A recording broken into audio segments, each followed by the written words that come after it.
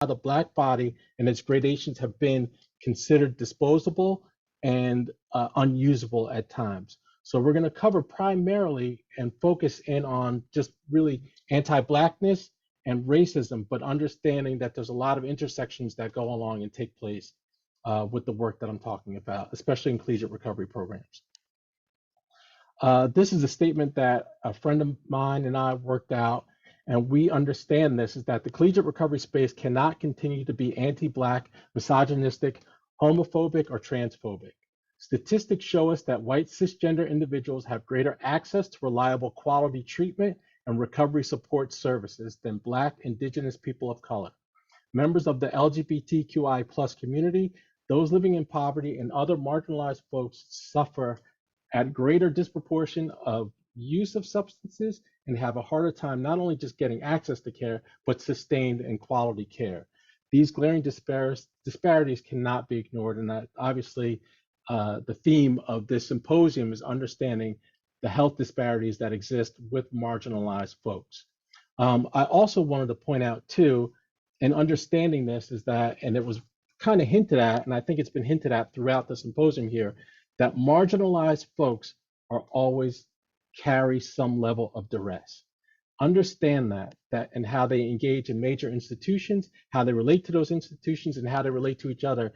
There is an underlying stress that is always endemic in all of those relationships. So bear that in mind. And I know people are talking about the pandemic and we've talked about those health disparities, but understand that racism is endemic and it is a functioning, sad part of our society today.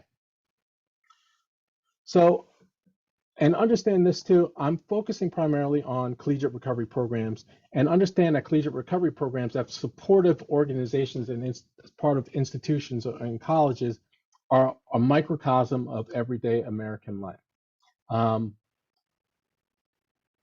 So what does that mean?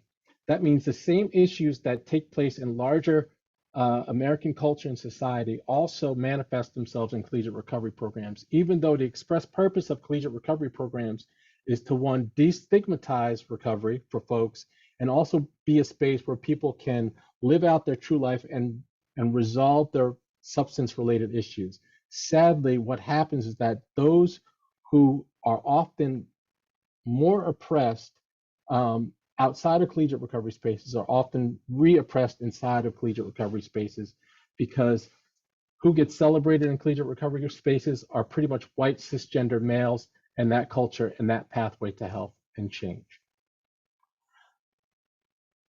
So in my introduction, I talked about what I do. What I would like for people to do as we move away and transition away from centering white culture is, if you can, put your passion and your reason for coming to this health symposium, health disparities symposium, in the chat. So if you can, again, put in your passion and your reason for coming into this health disparities symposium. I have a lot more questions that I'm going to ask people to throw into the chat. Their answers, and we can kind of look at them as we go. I also want for this to be an open dialogue. If we were to meet in person, one of the things that I would have us do is that this would be a conversation, and I would like it to be more interactive, because one of the staples of white supremacy is that knowledge is collected at the top and it is then disseminated. One of the things that I really would absolutely love, and I've talked about this a million times whenever I do presentations, is literally for us to have a circle where we can have a dialogue and conversation, whereas no one stands out as necessarily as the expert in these things, but honestly to force us to engage, us to talk to each other in a real individual way. Now, I'm understanding that there's a difference between personal issues and structural issues, but one of the ways, and we need to recognize here, is that the personal is structural and the structural is personal. And I'm suspect that if you are here in this space, you are here to learn, you're here to do something different, you are willing to become uncomfortable as it relates to race and maybe some of the advantages that you've experienced and some of the privileges that you hold that may stop some people from gaining access to, again, to quality and reliable and dependable healthcare. Now, again, meeting in person, one of the things that I would do here is, one, oops, one too far, sorry, is one, I would create a space for feelings, and yes, for your feelings. And I would also want us to recognize that there are many different types of folks here. And what I would like to say this is that, in recognizing the power differentials in this discussion, because I don't want it to be centered around white people and white people's feelings, and I say white people as a whole, as a culture, not necessarily individual, but recognize that white people hold privilege. And in most discussions about race, white people, if they are, as Robin DiAngelo points out, they recognize their fragility in that conversation will tend to divert, shut down the conversation, and move away from anything substantive about race. So I want to recognize, one, the people of color that are here, and I also want to recognize that there are white folks here who this may be their first time to talk about race, or they may have had some other exposure to race-related conversations, but you are not the focus.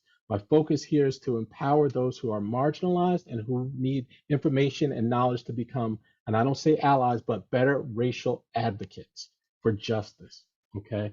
Next thing, I'm gonna lay out some goals, some objectives. Was gonna do an activity, but I don't think that time will permit us to do that. I'm gonna move through slides quickly. One of the things I like to do is create a braver space. First part of that is learn to listen, listen to learn, step up, step back. If you're a person that's more inclined to not speak up so much, kind of step up. If you're a person not who speaks a lot, step back. Not everyone knows everything, but together we know a lot. There's a lot of collective wisdom here in this space. Actually, after hearing the symposium, there's a lot of wisdom in the space. Again, wherever you are, move up, move up. Part of this conversation here is that we can't be articulate all the time. The pressure that Black people feel, or people of color often feel, is to explain things in a way that makes it palatable and understandable for white folks, but that always can't happen because this issue is emotionally charged, and we're also talking about trauma, and oftentimes trauma takes a while for it to get to the executive part of our brains, whereas we can put it together in a way that other people can understand. Embrace curiosity. And we're going to assume here that people are open to learning. And that is one of the core tenets, I believe, about us growing as folks. Be aware of your triggers. Don't like the word triggers, but be aware of what activates you. Understand why that activates you. And if you can, sit in that. And if you're a person of color, find another person of color. Hold on to that conversation and maybe talk about it and debrief afterwards. But I see you and I recognize that some of the stuff may be affirming and some of the stuff may come up and be disaffirming, but not disaffirming or confirming. Be transparent, be honest about what you're thinking and what you're going through. Take responsibility for what comes out of your mouth, what you say. Acknowledge the difference between intent and impact. And again, own what you put out there into the universe and how that may land on other folks.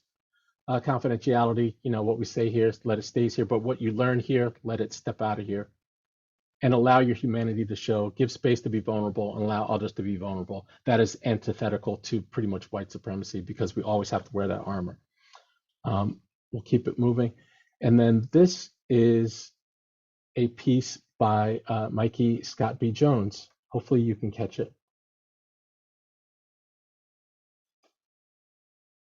About brave space.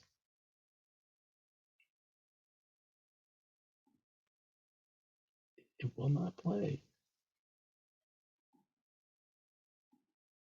Okay, here we go. Together, we will create brave space. Because there is no such thing as a safe space. We exist in the real world.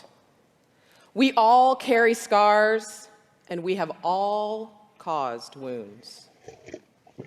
In this space, we seek to turn down the volume of the outside world. We amplify voices that have to fight to be heard elsewhere. We call each other to more truth and love. We have the right to start somewhere and continue to grow. We have the responsibility to examine what we think we know. We will not be perfect. This space will not be perfect. It will not always be what we wish it to be. But it will be our brave space together. And we will work on it side by side.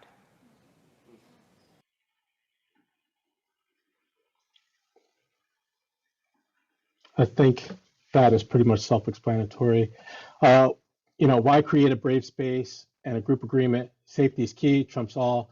But since we're all here virtually, it'll be a little bit different as we cannot see each other than being on camera. But nevertheless, it is still absolutely important to understand that, like, if a lot of this material seems triggering or activating, it's okay to step out.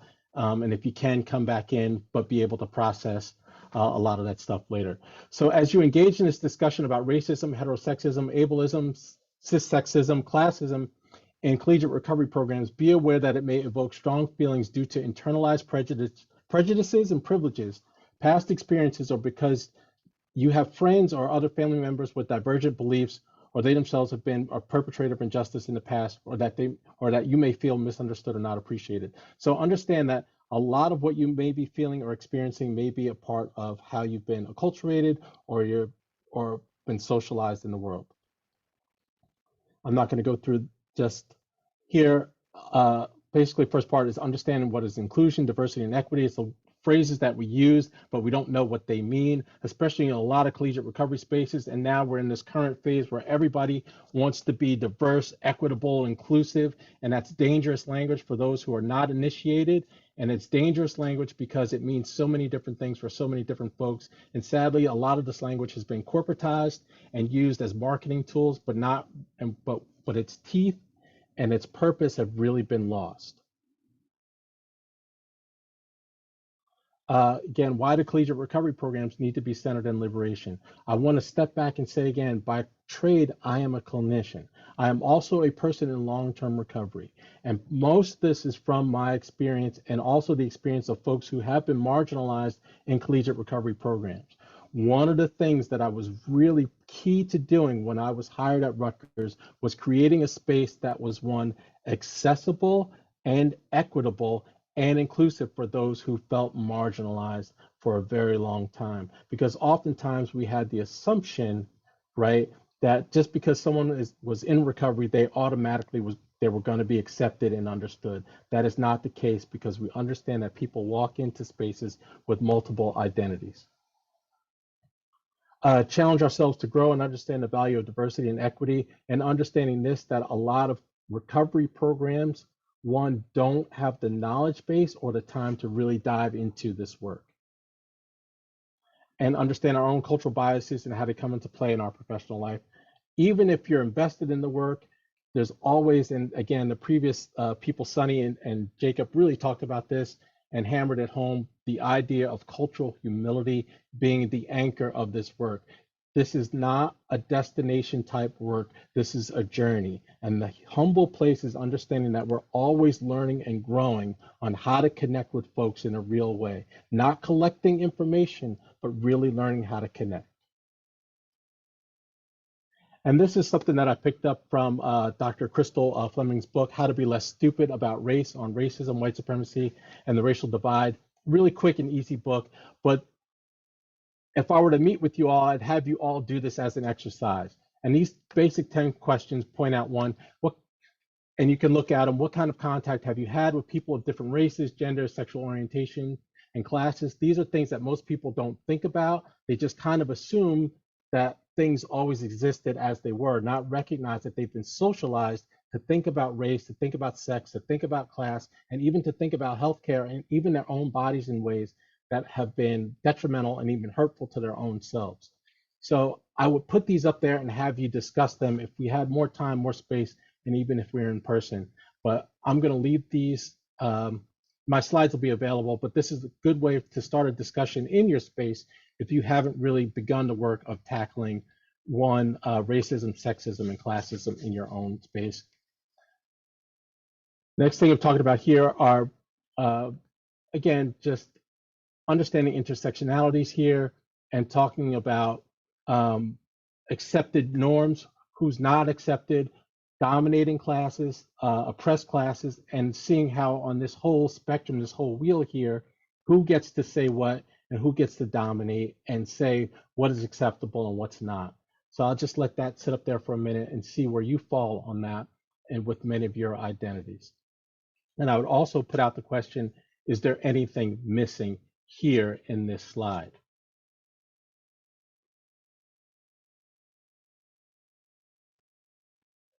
One of my favorite people on the planet, Dr. Kimberly Williams Crenshaw, UCLA lawyer, activist. She's got a great podcast about COVID, part of the African American Policy Forum. She coined the term, basically intersectionality, and basically what it says is intersectionality is the interconnected nature of social categorizations such as race, class, and gender as they apply to a given individual or group, regarded as creating overlapping or independent systems of discrimination or disadvantage. Basically, in a nutshell, and some people call it the matrix of oppression, and how I relate it to collegiate recovery programs, people who are moving into or changing their relationship with substances and then move towards recovery aren't just one-dimensional folks. They have many different identities in which they're walking into our respective spaces. And lots of times, most clinicians who, if they're even versed about substance use disorders or even understand how recovery can work in any of its forms, whether it's complete abstinence-based recovery or even other modes of or other pathways of recovery, don't get an opportunity to see the whole person and understand all of the societal forces that either move someone into recovery or move them away from recovery. And it was great to hear all of the other earlier discussions about what things prohibit folks from moving into healthcare institutions or other institutions as a whole person, where they feel like they're accepted and understood. And Dr. Kimberly Crenshaw really just kind of encapsulated how intersectionality and really looks at the whole individual. And really her concept of intersectionality doesn't just mean an intersection of identities, but really the actual collision of these intersections and how they really create systems of oppression for a lot of folks. Basic intersectionality theory, I'll leave it up there. My slides are going to be available, but I don't want to go through it again. I think I really kind of covered it. But understand this, the four I's of oppression work through ideological oppression, institutional oppression, and interpersonal oppression. And we're slowly starting to turn the corner here with the presentation. First, ideological oppression is an oppressive system. Basically, it's just ideas that one group is somehow better than another. That is simply what it's called. And I really loved how Sunny really talked about the idea of how racism is an ideological oppression as opposed to a prejudice. A lot of liberal folks fall into the camp, and a lot of conservative folks fall into the camp of looking at personal relationships and confusing that with racism when it's really has to do with personal prejudice and a whole bunch of other stuff, but miss the idea of how ideological oppression shapes systems that perform services for folks. And then it's interpersonal oppression. This is, again, one group is better than another and has the right to control another, which gets structured into the institutions.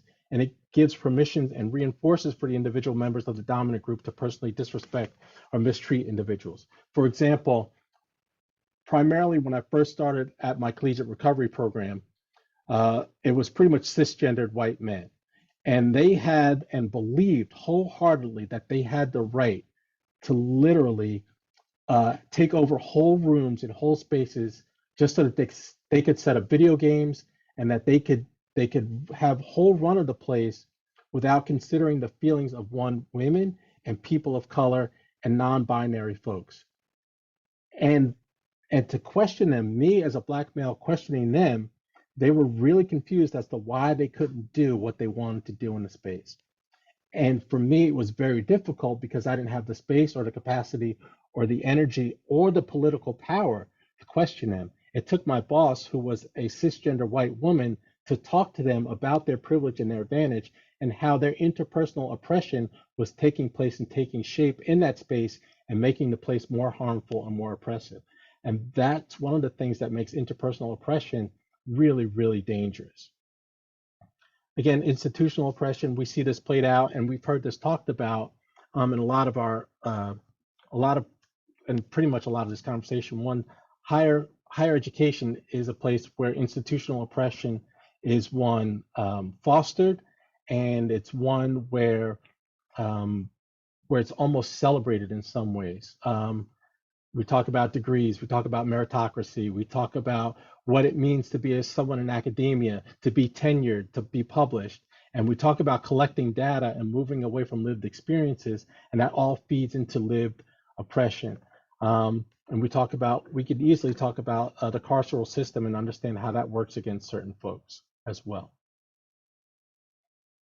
Internalized oppression is the thing, and this is probably the one that I talk about the most in terms of working with folks that are in recovery, is that oppressed people who internalize the ideology of inferiority and one understanding that they will never measure up to the dominant culture. And there's a sense of feeling defective and actually stupid and worthless. And one of the things that I've really been absolutely focusing in on so much is the idea of how shame and trauma are baked in and how that perpetuates internalized oppression and really doesn't allow people to really truly be the people that I know that they can be. And so oftentimes I'm working with folks that are in recovery to talk about how their internalized oppression factors into their thinking, their way of behavior, and even how they choose to approach school and how they choose to approach relationships, and understanding that sometimes students will actually overachieve and move into imposter syndrome because of their own internalized depression and not understand that they may be one inflicting more pain on themselves and even move into greater sense of burnout. So this is, to me, is probably the anchor piece that I deal with a lot with folks that are in recovery, because this is also tied into stigma. And honestly, stigma is too small of a word, because honestly, for me, it creates barriers, and it also actually kills people because people don't move towards help because they don't feel like literally they're worth it. They feel like there's no help for them, and they feel perpetually misunderstood. And it's hard for them to come out on the margins and then have to re-educate folks on the issues that in which they're dealing with. And we talked about this. I'm going to move on. And understand that the four I's are interlocked and interrelated. It should be clear that none of these four aspects of oppression can exist separately. So I can't talk about having internalized oppression without it being reinforced ideologically and by institutions, because all of those things socialize me into being the person that I am today. There's nothing that happens out of context or in a vacuum. Even the thoughts that I think have been culturally shaped. They've been culturally weighted and valued and devalued. So everything that I think about me in the world has been put through a lens of socialization. And I think that's absolutely important, especially as we think about folks who are transitioning and folks who think about their own Blackness and how they relate to larger culture. And one of the phrases that I absolutely love, and again, Jacob and Sunny really talked about this, is understanding that people may be transitioning, let's say if they're trans folks, but they're not transitioning into something, they're transitioning into someone. And I think that's an important thing to see and understand, that all of those interlocking oppressions may actually stop someone from understanding that they're changing for the better, not changing into something that is more acceptable for folks to deal with. And these are all the factors that contribute to people's ongoing substance use, and these are also barriers that stop people from engaging in recovery. This is my favorite. It's not an infographic. What this is actually a painting by Jimmy Choo Choo that says all oppression is connected. And I love the fact that one, it's centered on oppression is connected, but understanding that all of the things from environmental racism to repression to heterosexism to privilege to food insecurity to capitalism are all tied into oppression being connected. And oftentimes people don't make those absolute connections to how people don't have access to food, may not have access to healthcare, or may not have access to better education, and all of those other things that are absolutely and positively connected. And it's also tied to a poem that Stacey Ann Chin does. She's on Instagram, you could follow her. And her poem is basically all oppression is connected. and it talks about being queer, being Black, systems that didn't allow her to be published, but understanding this, that how white supremacy is all part of this. And I love that white is the background, it is the foundation for all of this oppression that we see. Now, these are some of the things that the overt and simple overt signs and symbols of oppression. And one of the things that I actually talk about for me and part of my journey is how my own sexism and how I carried racist ideas in terms of how I was socialized, because there's a little infographic there that talks about hostile sexist, but really I was a benevolent sexist based on one predominant Black male heteronormative culture. And that I thought holding the door for a woman, calling women honey or dear, or refusing to split a bill, that made me a good person. That was something that I was taught, not recognizing that women are their own people and have autonomy and can think and do things for themselves. I thought it was always my job to rescue. So I carried all of that stuff in, one as a practicing clinician, one as a professional helper, and three as someone who moved into the recovery space thinking that I was doing the right thing. And I carried all of those biases and all of those attitudes into all of the work that I did. So it's been a series and a process of me deconstructing and dismantling how I think about folks, and even as how I think about myself in terms of my own Blackness and how I relate to other people. And this is my favorite slide here. I'm not a racist Hall of Fame, but yet all of these people here represent people who do have power. But if you were to ask any of them to their face, they would tell you note for note that they are not racist. Yet and still they hold power, right? Carry internalized ideas about people who are Black and brown folks as less than. But to have them tell it, right? They're the victims, right? They're misunderstood, and something needs to be done. And I won't go into who, and I won't name any of these folks because they don't deserve any more airtime. But for them, they are not racist. And believe it or not, understand that like 75 million people voted for 45. So if you're not sure if white supremacy exists, it is alive and it is well. And one of the things that it's doing is creating one, greater harm in the carceral system and in terms of capitalism, and greater disparities in terms of people's access to healthcare and to education.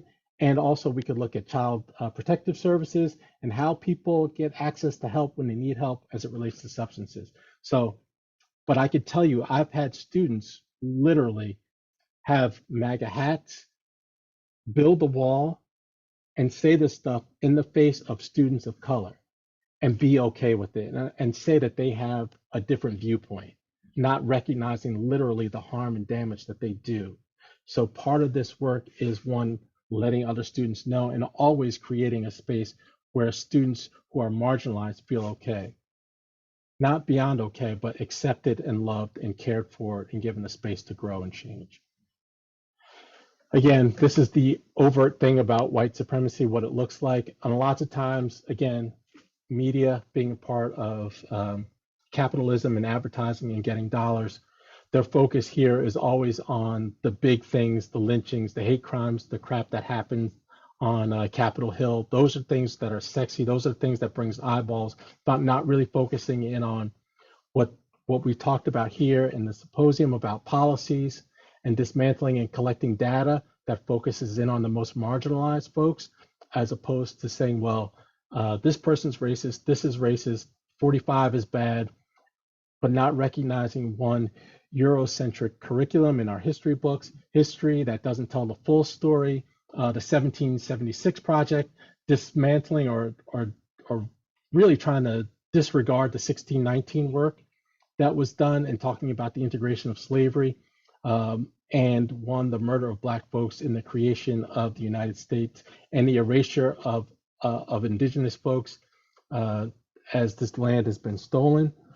So all of these things that are happening, and understanding one, that how our programs and the work that we do is oftentimes steeped in this way of thinking, the covert white supremacy, and we have and carry the expectation that people of color figure people of color make adjustments to accommodate one, white supremacy, and that's another thing that's a killer. Skip over this slide, it's not important. Diversity here is something that I've struggled with and understand, but the best definition that I've heard about diversity has nothing to do with just changing the faces or swapping out white faces for black faces, but diversity is having a space where those who are the most disenfranchised and the most marginalized not only have a seat at the table, but have power at that table and have a voice to make full-on change. If that is not the case, you do not have diversity, because diversity is about sharing power and giving power to those who are most marginalized to make decisions. Oftentimes, in the way white supremacy works and the way collegiate recovery programs work, is that there's somebody at the top who's got the ideas who disseminates things to everyone else. Part of this work in creating anti-racist and liberated spaces is centering the most vulnerable folks in this work and giving them and respecting them so much that they have the autonomy and the voice to make changes as they need to. That is very different than the work that we currently do. Oftentimes the work is people in academia, people who mean well, people who are saviors, put our ideas on other folks, not recognizing that beyond the fact that people in the communities that you're trying to help have a voice, but recognizing that one, they're also bringing valuable and viable resources to the table. If that, I mean, that to me was the game changer. In any work that we're doing, we have to recognize that the person on the other side is also bringing a whole wealth of information to the work that we're doing, and they're absolutely vital. We don't put our work upon people, we do our work with other folks, and I can't emphasize that enough. But that is diversity. Social justice, again, in creating anti-racist and liberated collegiate recovery programs, it's a process, again, not a destination. It is work that we constantly do, and I always think of Audre Lorde, who, even as a Black lesbian feminist, said, I still need to do the work. That was one of the things that stood out to me. If she, someone who, for me, who celebrated, God rest her soul, celebrated a birthday this week or last week, said that she needed to continue to do the work, I can only imagine how much more work I need to do in terms of bringing myself up to speed to make sure spaces allow and make sure that everyone who feels marginalized feels like they're a part of that space, and not just a part of that space, but they own that space as well. Obligatory out of context MLK quotes, because I just love those. And oftentimes I just love the fact that white people like to throw MLK in my face, not really recognizing that he was truly the radical person that he was in terms of working with Black folks and poor folks. And my other thing is I'm on Facebook, and I've intentionally not posted on Facebook because Black History Month has become Black Trivia Month. So I kind of fell back intentionally this month and allowed other people to kind of put that stuff out there. But I just really want to say that Black History Month is every month of the year.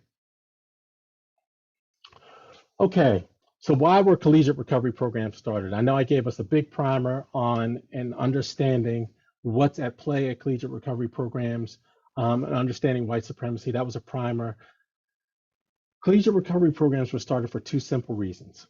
One, there was a group of folks who at major colleges and universities did not get the support that they need. The idea that most colleges are ableist at the core, meaning this, what was celebrated and what was not the norm were students who chose to not use substances in order to deal with life issues. And not just as a lifestyle choice, but they were in recovery from substance use disorders, from severe substance use disorders.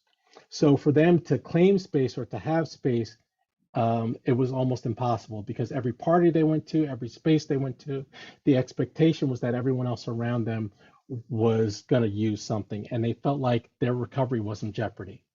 So way back in the 80s, in late 80s, early 90s, the idea of starting collegiate recovery programs was instituted, one, to defeat ableism amongst and to defeat ableism and to change the culture of most college campuses. That meant that students who were in abstinence-based recovery had space and they had a voice. A lot of people were just like, not only do we need collegiate recovery programs, but we also need collegiate recovery residences. And that's where Rutgers University came in, Texas Tech, Brown University came in, and they created spaces where students could feel like, students that are in abstinence-based recovery, feel like they didn't have to live in shame, live in stigma, and could be supported as they move through their college experience. And they had the right to have that.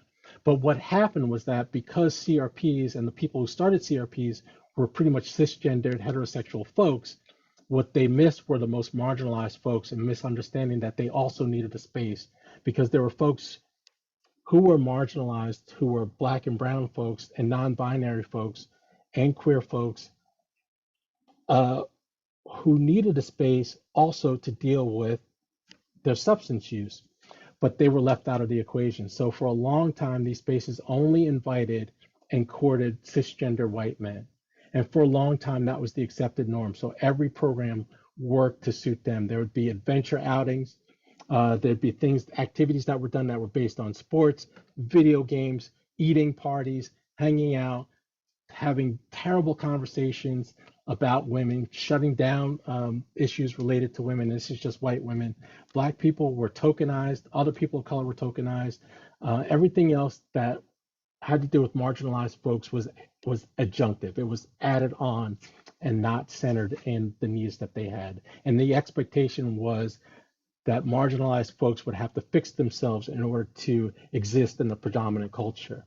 And what had happened was that created more shame and more stigma for for more BIPOC folks, and they didn't come.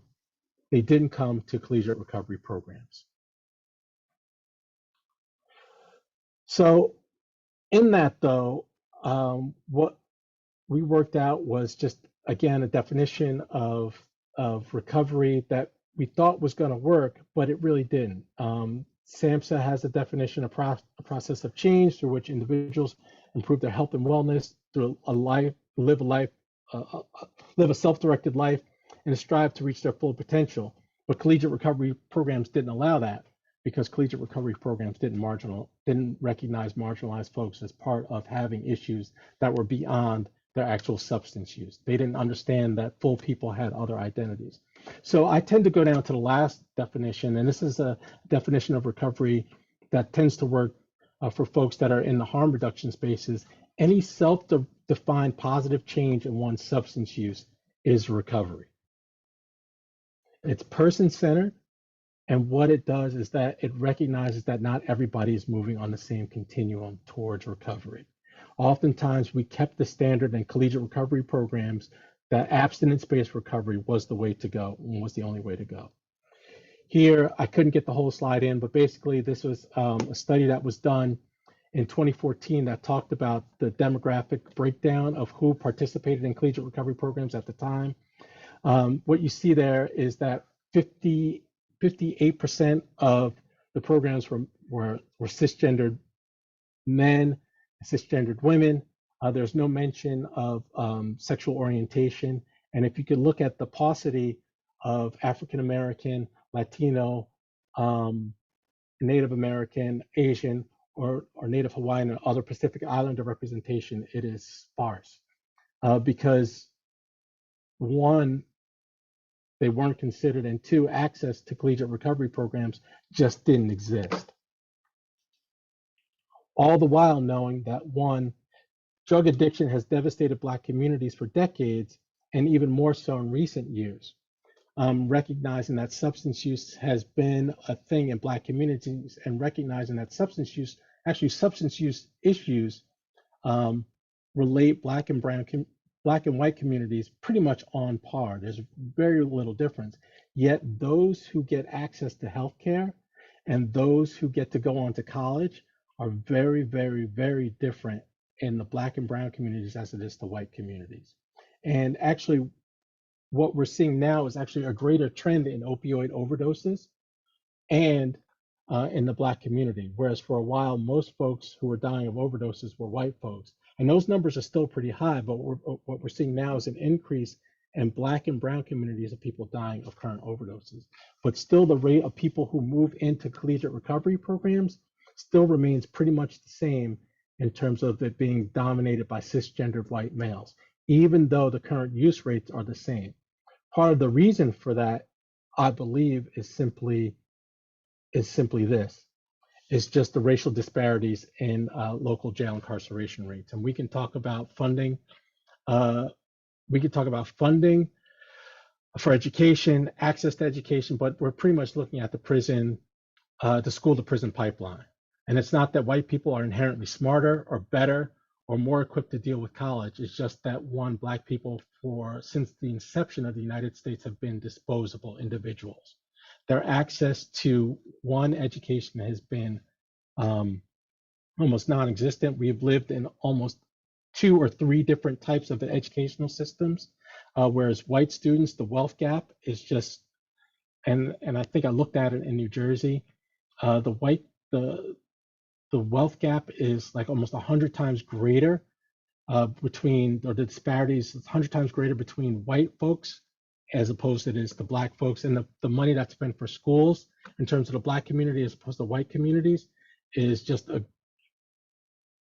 is on par to the wealth gap is ultimately what I'm saying.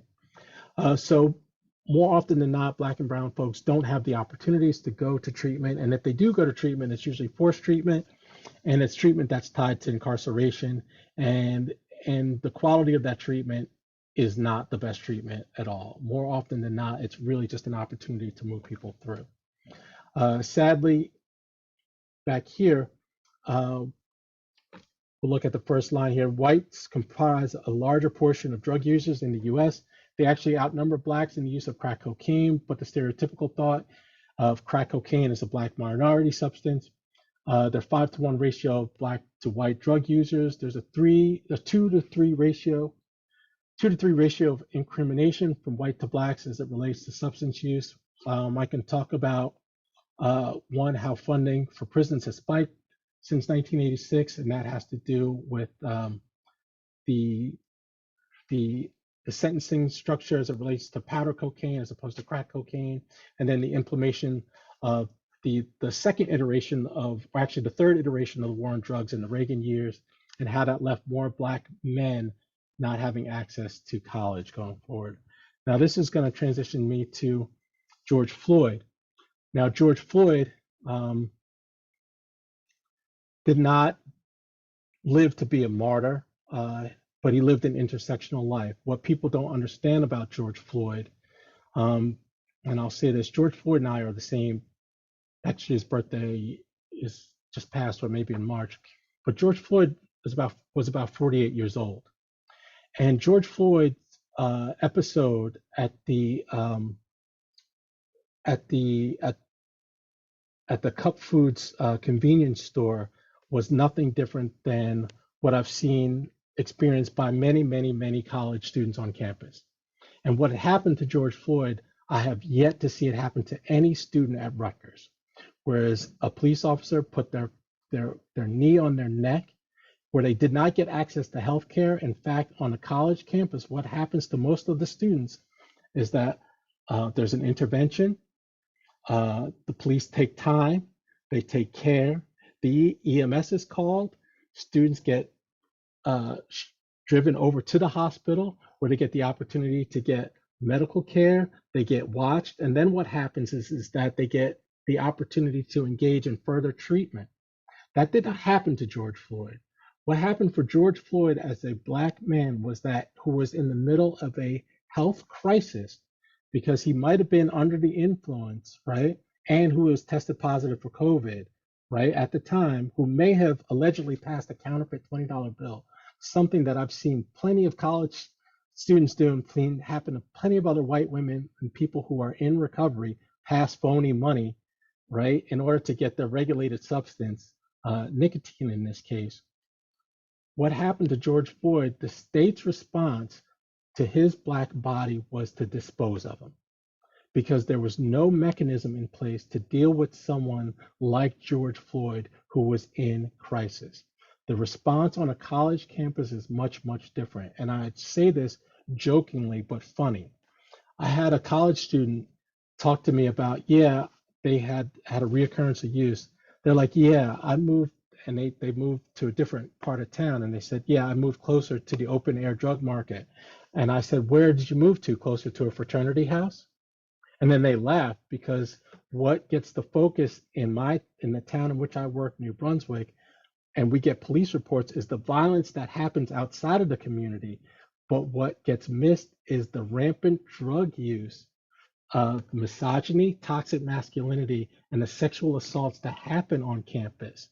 But what gets the focus, and I tell you, and the concern for folks that are coming into Rutgers is this a town where there's a lot of crime?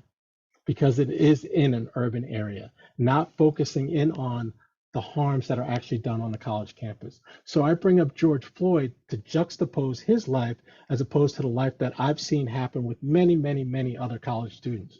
Because what happens in our collegiate recovery spaces is that someone intervenes because white lives matter more than black lives. And if you've got money as a white life, your life will have many, many layers of people to step in to make sure that you're okay because you matter.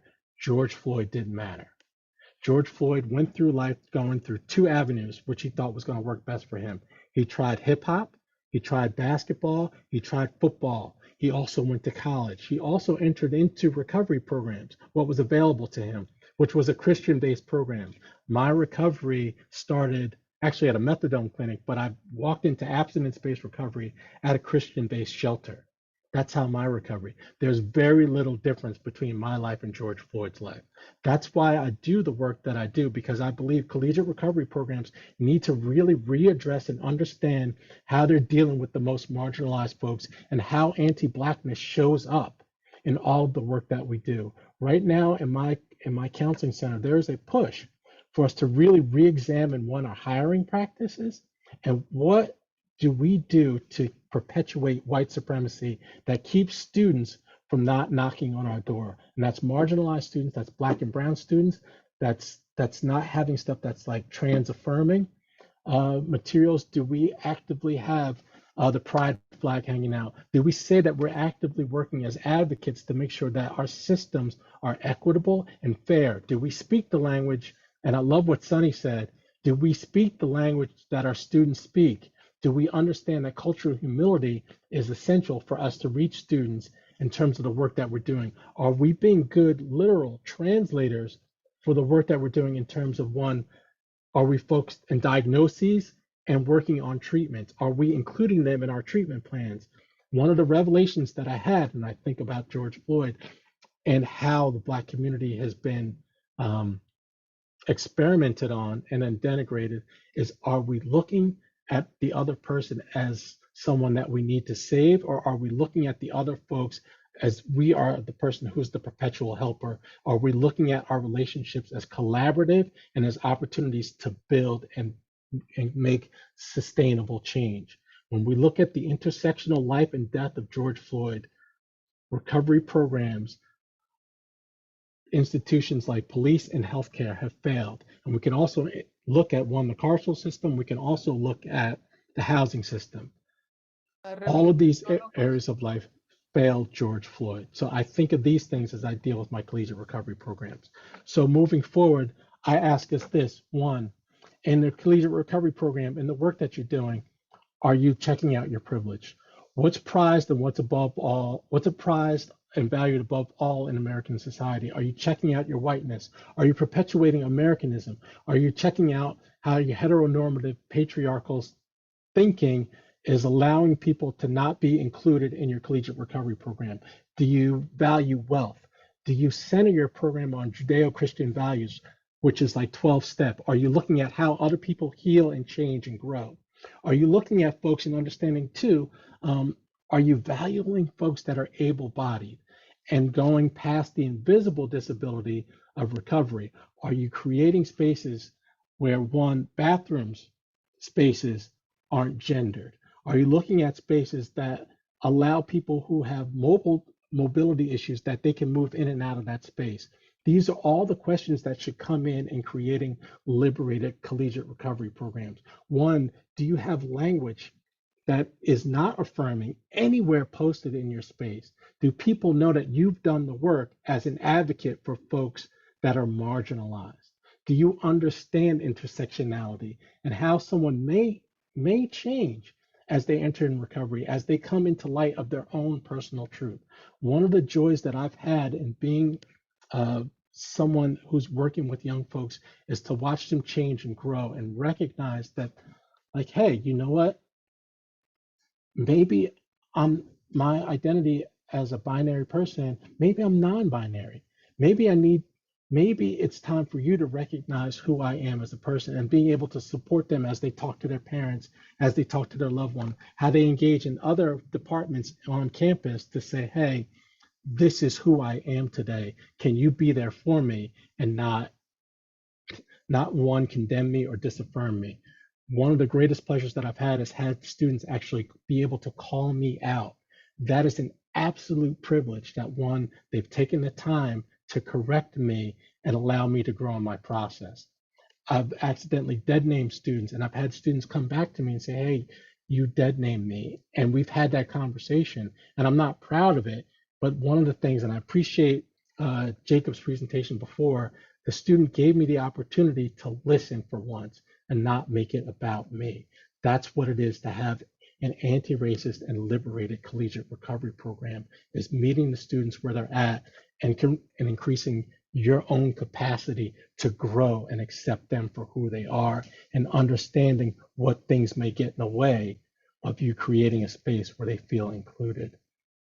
So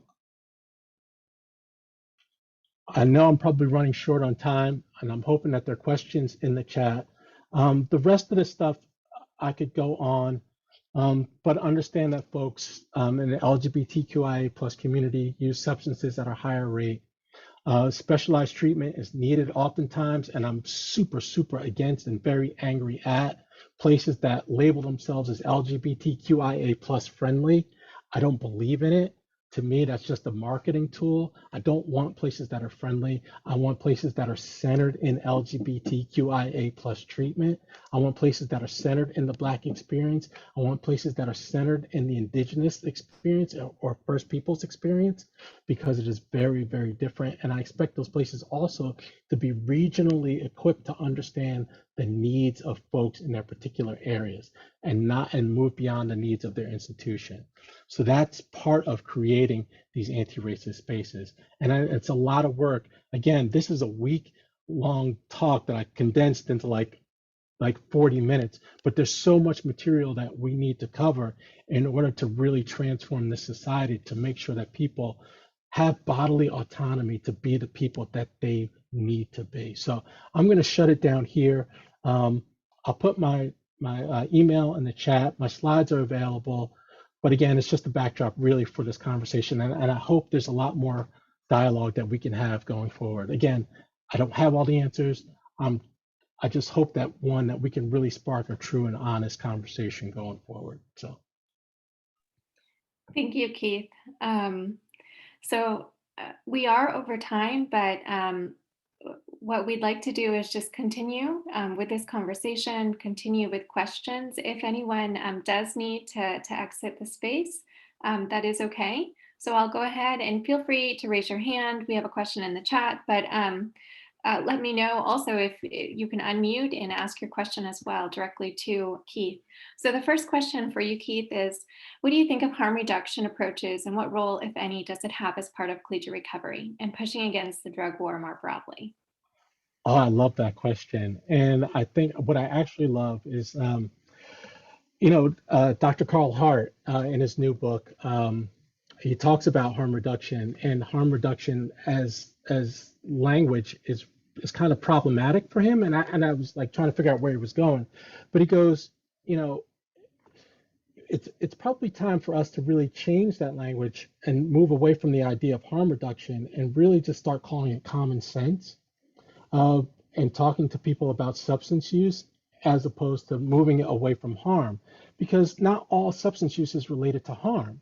Some people are seeking pleasurable activities, and harm reduction is the idea that people aren't out here intentionally harming themselves, but it stigmatizes folks who uses substances. So I think that's just my first part. So I'm a big person on language.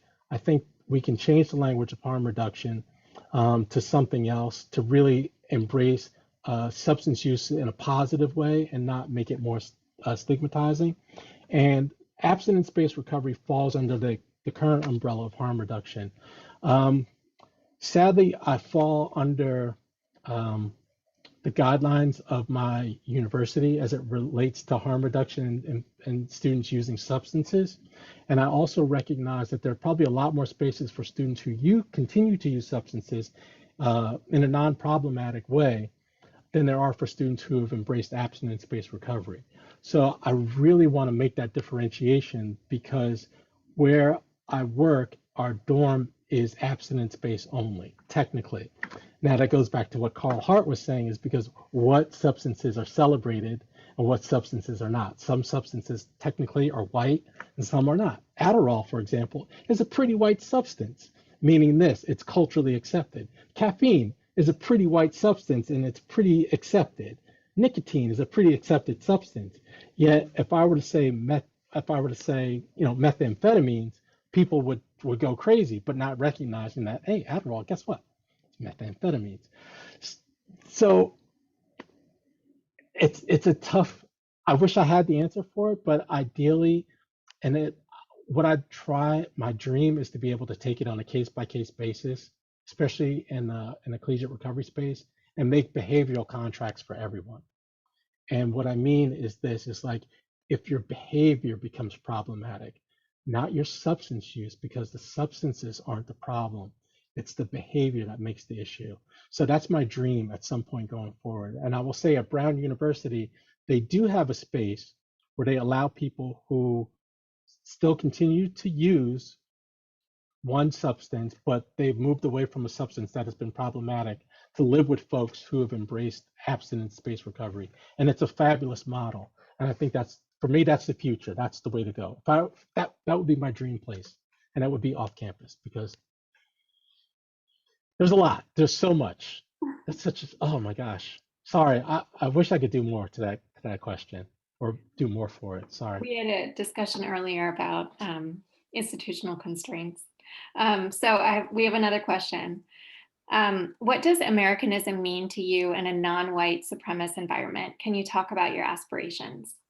That's a great question. For me, Americanism is synonymous with white supremacy and capitalism, although you can have racism in a socialist setting. But it's funny. And it's funny because someone asked the question and they reframed that question in a different way. Was if white supremacy didn't exist, what would liberation look like for you? Because the intersection of one, white supremacy as it shows up as we understand gender, as we understand work, as we understand how we do our hair, how we drive, how we do medicine, right? It's all tied into that whole thing. So that's a super tough question because it's hard to even talk about aspirations because on some level, I'm not innocent, but I choose and I'm trying not to be complicit in Americanism. So it means so much. It means so much. And just for the record, I'm reading a great old book. Old meaning it's from like early 2000s. And it's called The Internationalization of the American Drug War. And even way back when, talk about Americans' influence on how it has shaped the international drug war. And just how the idea of policing and how the idea of American policing has seeped over into other countries and what it means to be a civilized society and what it means to have effective drug policy and how our relationships with the Soviet Union impact how we deal with drug policy. So long answer to a short question, I feel like I'm all over the place, is that we can't disentangle the idea of Americanism from substance use and our current policies and how it fuels the carceral system, how we look at ourselves and how we deal with healthcare and how we deal with each other. It's just so much. Sex work, it's all tied together. So my aspirations is just for like literally a free society where people can have bodily autonomy to make whatever changes they need to make, as long as they are not hurting anyone else. Okay, thank you. We have another question. Collegiate recovery communities are not huge. Is there value in creating subgroups by various characteristics like race, sexual orientation? If so, how do we manage the small size of subgroups? What is the impact of critical mass? Wow, that's a great question. And that's a question that I've really, really wrestled with because, and it's kind of funny, but I believe and we've talked a lot about having affinity groups and having people in collective collegiate recovery programs break off and then somehow come back together and really talk about their experiences in a healthy way. And I think there is a move and a transition for collegiate recovery programs as a whole in understanding intersectionality, because, and I think it was Sunny who talked about it, and maybe Jacob talked about like that 10-year gap between like language and things evolving before it gets to, old people like me. And then having stuff like that. So I do believe that subgroups are helpful because not everything is for everyone. And if you think about 12-step communities, in order for people to drill down, they do have subgroups because recovery and substance use may impact us, but it may impact us differently. And how we got there and our path of healing may be different, but there may be a space that we can all come back and talk about it in a different way. And I think it's important to, as much as humanly possible, recognizing the culture of the respective campus and those who come into collegiate recovery programs, like tailoring that program to meet those needs. But I will say this, if marginalized folks are centered in any of this work, the program will thrive. And actually, I break it down, and it's my own personal joke. If Black people are centered and killing it, everybody else will do all right. Okay, thank you so much, Keith. Do we have any other questions?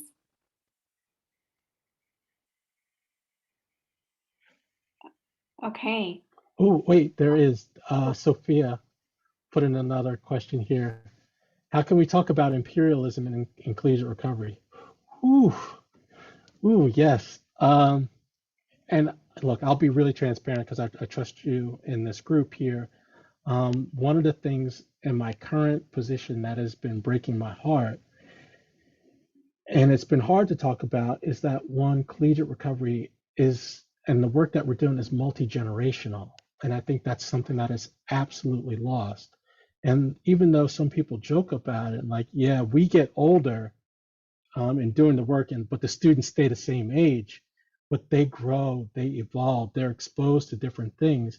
And what's sad in terms of our modes of treatment in healthcare, and I could go into imperialism in terms of collegiate recovery, but recovery as a whole, imposing American health values and ideals on people, not recognizing how people heal differently in different communities, and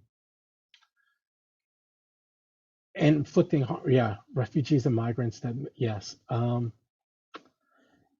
Yeah, and again, it goes back into trauma and then shame and then just not having language, because that has been my experience and working, especially in the Northeast. One, educating folks and then helping their family understand what substance use is, just like mental health is, and how are they coping with those changes. And I could tell you full on, I'm leading a cannabis harm reduction group. Every person in the group is a person of color, and they are a first-generation college student.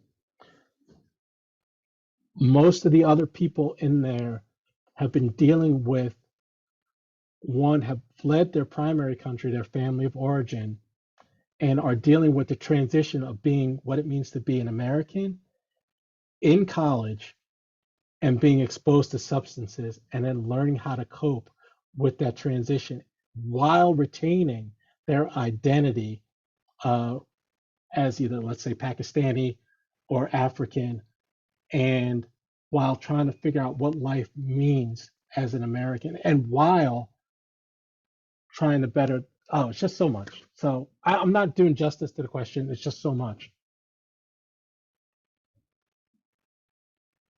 Catherine has said 100%. Yeah, I mean, and collegiate recovery programs, sorry, are a Swiss Army knife, if I can use a phrase, and they're not good at doing everything. And I think there's also that humility in recognizing that they can't be everything to everybody. And that's one of the things that I'm actually being aware of, and also making connections on campus when other students need other needs. The collegiate recovery program can't do it. And I think that's also a part of humility. So I'm sorry I couldn't give full justice to these amazing questions, but these are things that honestly, that's the dialectic that we're all thinking through and working through. But it's also recognizing that other folks are bringing resources to the table that we don't necessarily have. Okay. Well, thank you so much, Keith. It was wonderful to have you here again. Hopefully you'll come back soon. And maybe next time you can be here in person, who knows? Or we'll go visit you. Well, just to say, like, you know, it's 35, 40 degrees here in New Jersey, and there's still about 20 inches of snow. So I'll be glad to go to California. Okay, sounds great. Well, thank you so much. Juliet and David, is there anything that you'd like to say before we leave? Yeah, David, did you want to start? Thank you so much, Keith. This was absolutely amazing, and is just it made the conference full and rounded out. And you helped us close in part way of where we began it, but in a much deeper way as well. So, David. Yeah, I thought I was going to maybe make a few closing comments for the whole meeting. I was thinking, maybe we would have set aside some time for reflection. Then I realized that, if you need an old guy, I'm ever so much more than 20. So maybe I'm the old guy. So just to note that, we talk about the Center for Health Disparities as a research center about health disparities, but then we also mention, community engagement as if it's just in some contexts as if it's a research tool. But since I come from a background as a lab bench researcher, we think about the question, then we go out, collect data, and then, do the work. But I think throughout this meeting, we really saw how much more explicitly that the health disparities and the community engagement are just inseparable and essential integration in the way we do the work. We talked about the practical problems, and doing the community-based work, institutional restrictions, things like that, kind of like the crusty old structures that aren't, agile enough to really address the new kinds of questions that really have to be faced. I mean, not that they're new questions, but a new recognition of the importance of those questions. And since the theme is largely about structural racism, that's also important in how we can go forward, because if the mission of the center is to train a diverse generation of researchers in health disparities, then part of our charge is to help change the way the academy is structured. Everything from the way the process of how faculty is hired, the way the so-called peer review process, drives publication review, grant review, merit and some promotions, that those structures are actually set up on historical structures that are actually built to reinforce white privilege. And we need to address that. But I do want to, as an aside here is like, I'm also hoping that our diverse audience and our community is maybe a little patient with us in the academy. I mean, we're human, we're flawed, and we're learning every day, or we're making mistakes. And so maybe to quote from a movie, Philadelphia Story, yes, it's about rich white people, but the quote is, with the rich and mighty, always a little patience. Maybe not too much patience, but at least just a little.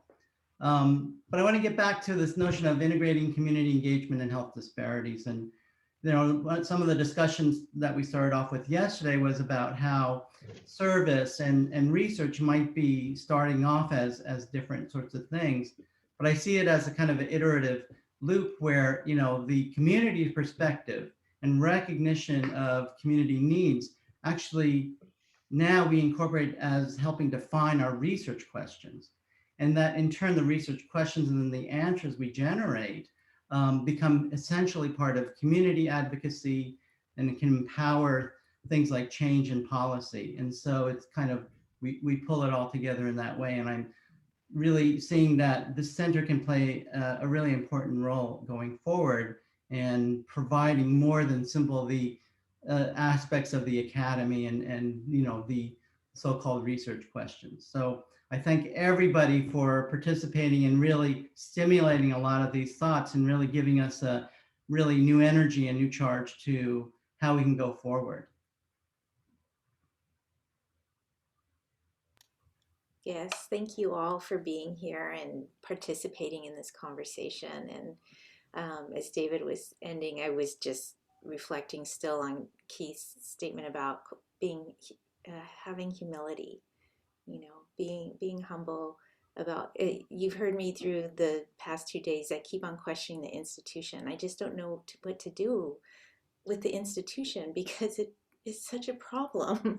And, you know, so sometimes because we're in the institution, we just need to have that humility and say, we're not the solution. The solution is out there. And, you know, going to our community and collaborating and, you know, letting them drive it. That's how we get through this. So this past day and a half have been so much more. And I'm so grateful for all of you and Keith and our keynote, Dr. Rupa Mehra, and all the panelists. It's just been amazing. So thank you. And we will see everyone next year, right? And we'll have more to share and more decentering and more humility, and we'll just the endurance. We'll keep on working at this. So thank you. Thank you. Hi, everyone. Everyone. Thanks, Keith. Thank you, Keith.